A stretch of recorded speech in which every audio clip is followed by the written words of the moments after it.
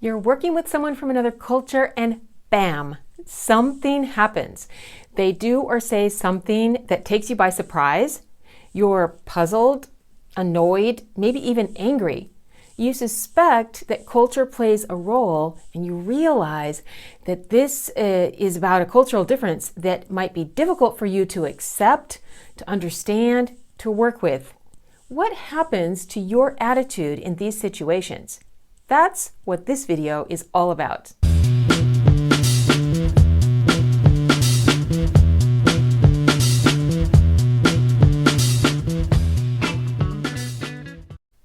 This is the second of a 4-part series. We are looking at intercultural competence, which is the knowledge, skills, and attitudes you need to get results when you're working with people from around the world. This is all about attitude. Hi, my name is Brenda. I've been working with people from around the world for almost 30 years. Sometimes I have loved it. Sometimes I have not.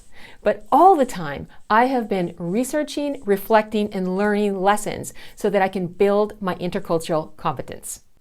On this channel, I make videos to share my experience with you. I show you shortcuts so that you can learn to use cultural diversity much faster than I did. What are the keys to a winning attitude when you're working with people from around the world? And I mean winning attitude even when cultural differences make things a little challenging.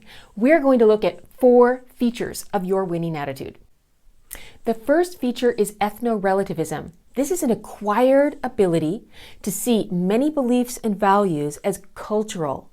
Now, it's acquired because you grow up in your own culture and you learn all this criteria for what's right and wrong and good and bad and better and worse, what we should do and what we shouldn't do in many situations.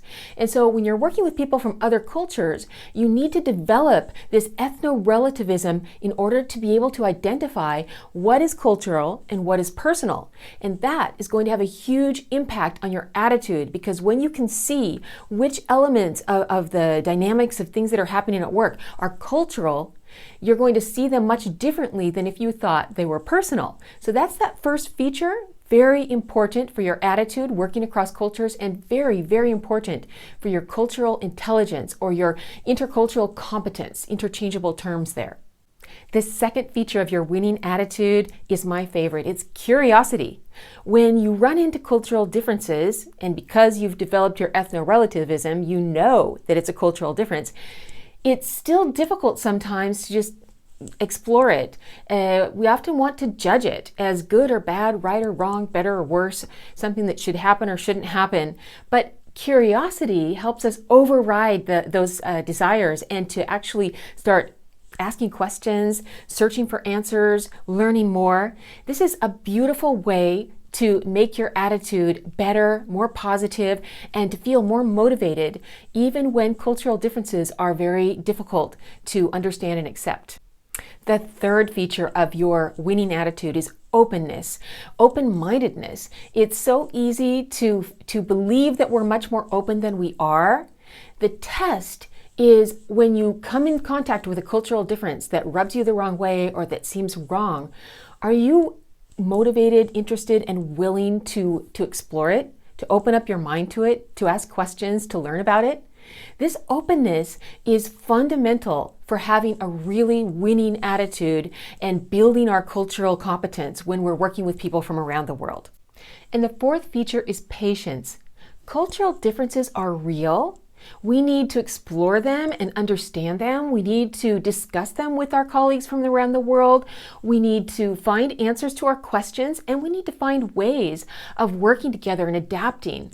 And if we're not patient, that's going to really ruin our attitude, because trying to hurry this process means that we're going to skip some important steps. We're not going to get all of the knowledge we need. We're not going to develop the skills that we need. So patience is also a fundamental ingredient in your winning attitude when you're working with people from around the world. Attitude is everything. Attitude is where we start when we approach colleagues from around the world. And attitude is what gets us through all kinds of interactions, the wonderful ones and also the challenging ones, where we're working together to understand each other and to agree on ways to do things that work for both of our cultures. Don't underestimate the power of your attitude. Thank you for joining me. Congratulations for taking this time to think about your attitude and the role that it plays in your cultural competence, intercultural competence, cultural intelligence, however you want to call it.